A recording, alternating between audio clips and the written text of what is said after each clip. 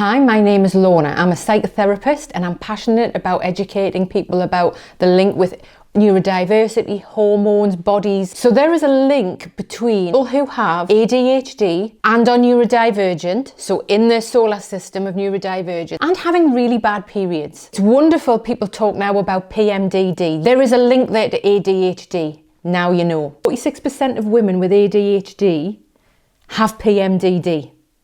So I need you to start getting curious about this, noticing the 10 days before you actually get your period, what's going on there in your hormones.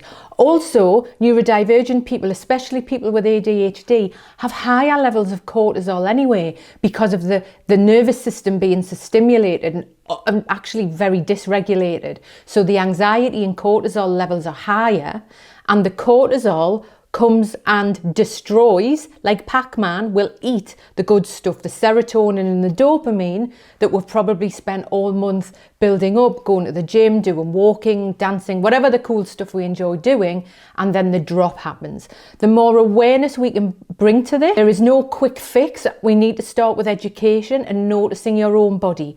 What are the symptoms? What's going on? We may then in turn begin to look at how we can make lifestyle changes around sugar, exercise, water, but really being kind to ourselves. It's really hard. It's always been hard. We don't know it any other than being hard. This information wasn't available. Nobody was talking about it.